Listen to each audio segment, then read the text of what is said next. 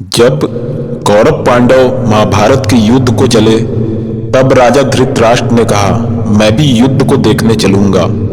तब श्री व्यास जी ने कहा, हे राजन, नेत्र के बिना क्या देखोगे। राजा धृतराष्ट्र ने कहा, देखूंगा नहीं तो श्रवण तो करूंगा। तब व्यास जी ने कहा, हे राजन, तेरा सारथी संजय जो कुछ महाभारत के युद्ध की लीला कुरुक्षेत्र में होगी सो यहाँ बैठे ही श्रवण करावेगा। व्यास जी के मुख से यह वचन सुन संजय ने विनती करी, हे प्रभु, यहाँ हस्तिनापुर में बैठे कुरुक्षेत्र की लीला कैसे जानूंगा तथा राजा को किस भांति कहूंगा। तब व्यास जी ने संजय को कहा, यह वचन दिया कि संजय, मेरी कृपा से तुझे यहाँ ही सब दिखाई देगा। व्यास जी के इतना कहते ही संजय की दिव्य दृष्टि भई और बुद्धि भी दिव्य भई। अब आगे महाभारत का कौतुक कहते हैं, सो सुनो। 7 औच्छिनी सेना पांडवों की और 11 औच्छिनी सेना कौरवों की, यह दोनों सेना कुरुक्षेत्र में जा एकत्र हुई। धृतराष्ट्र ने पूछा, हे संजय, धर्म के क्षेत्र कुरुक्षेत्र में युद्ध की इच्छा से एकत्र हुए मेरे और पांडु के पुत्रों ने क्या किया। संजय ने कहा, पांडवों की सेना को विहुत देखकर दुर्योधन आचार्य द्रोण के समीप जाकर कहने लगे, हे आचार्य, देखिए आपके शिष्य बुद्धिमान दुप्रब्ध पुत्र ने पांडवों की बड़ी सेना की कैसी व्यूह रचना की है। इस सेना में अर्जुन, भीम जैसे बड़े 2 धनुर्धारी वीर विराट महारथी दुप्रद, धृष्ट, केतु, चेकितान, बलवान काशी राजा, पुरुजीत, कुंती भोज, नरों में श्रेष्ठ सभ्य, पराक्रमी युद्धामन्यु, बलवान उत्तम मौजा, अभिमन्यु और द्रौपदी के पुत्र सब के सब महारथी हैं। हे ब्राह्मण श्रेष्ठ, आपके स्मरणार्थ अब मैं अपनी सेना के प्रधान सेनापतियों के नाम बताता हूँ।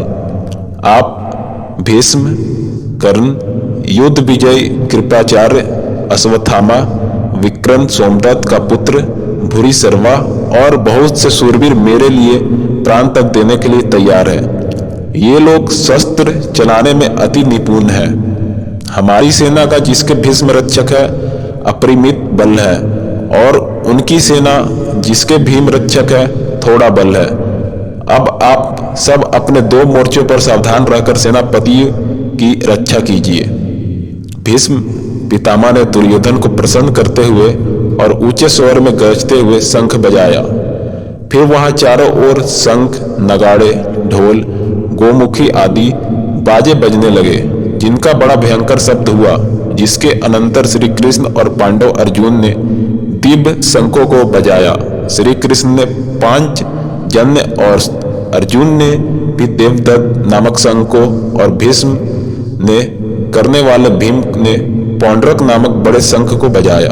कुंती पुत्र राजा युधिष्ठिर ने, अनंत विजय नकुल ने, सुतोष और सहदेव ने मणि पुष्पक और धनुर्धर काशीराज शिखंडी, धृष्टद्युम्न विराट, अपराजित सात्यकी, राजा द्रुपद और द्रौपदी के 5 पुत्रों और महाबाहु अभिमन्यु, इन सब वीरों ने अपने अपने शंखों को बजाया। उन शंखों के भारी शब्द से आकाश और पृथ्वी गूंज उठे और धृतराष्ट्र के पुत्रों के हृदय कांप उठे। हे राजन, अर्जुन ने कौरवों को युद्ध के लिए प्रस्तुता देखकर धनुष उठाकर श्री कृष्ण से कहा है कि हे अच्युता, मेरा रथ दोनों सेनाओं के बीच में खड़ा कीजिए, जिससे मैं युद्ध करने वालों को देख लूं कि इस रणभूमि में मुझे किन किन के साथ युद्ध करना चाहिए। दुर्बुद्धि दुर्योधन की प्रीति करने वाले जो युद्ध के लिए यहाँ एकत्रित हुए हैं उनको देखूंगा। संजय ने कहा, हे राजन, अर्जुन की बात सुनकर श्री कृष्ण ने भीष्म, द्रोण आदि वीरों के सामने उत्तम रथ को खड़ा करके कहा कि हे वीर, युद्ध के लिए उद्धता इन कौरवों को देख लो। अर्जुन ने चाचा, बाबा, गुरु, मामा, भाई, पुत्र, पौत्र, मित्र, ससुर और स्वजनों के शस्त्रों से सुसज्जित खड़े देख और उसने इन दोनों सेनाओं में अपने ही सब बांधवों को देखकर परम दौर हुए यह वचन कहे, हे कृष्ण, युद्ध की इच्छा से आए हुए इन अपने बंधुओं को देख मेरे अंग ढीले होते जाते हैं और मुख सूखा जा रहा है। मेरा शरीर बेकल होता है, गांडीव हाथ से गिरा जाता है।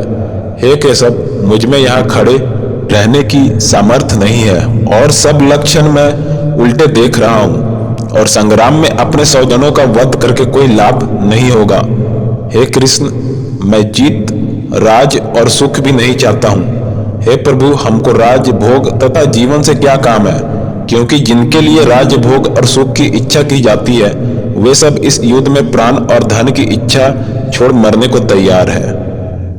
आचार्य, पिता, पुत्र, पितामह, मातामह, ससुर, पौत्र, साले और संबंधी ये सब मुझे मारे तो भी हे मधुसूदन, मैं इन्हें मारने की इच्छा नहीं करूंगा। हे जनार्दन, त्रिलोकी के राज के लिए भी मैं इन्हें मारना नहीं चाहता, फिर इस पृथ्वी के राज के लिए तो कहना ही क्या है।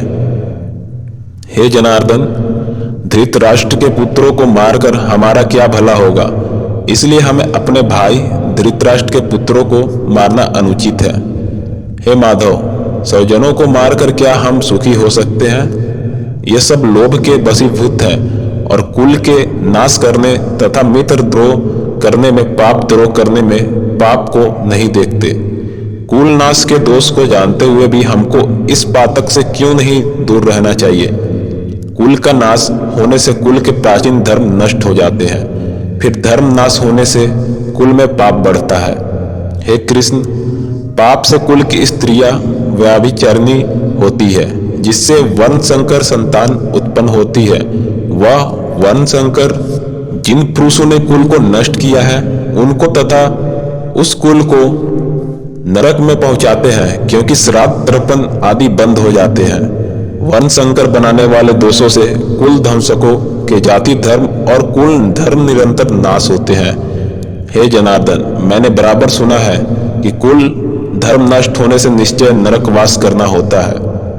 हाय, हम बड़ा पातक करने को तैयार है जो राज्य सुख के लोभ के स्वजनों से मारने की कोशिश कर रहे हैं। शस्त्रों को धारण किए हुए धृतराष्ट्र के पुत्र यदि मुझे अस्त्र रहित और उपायहीन को रणभूमि में वध कर डाले तो मेरा बहुत कल्याण हो।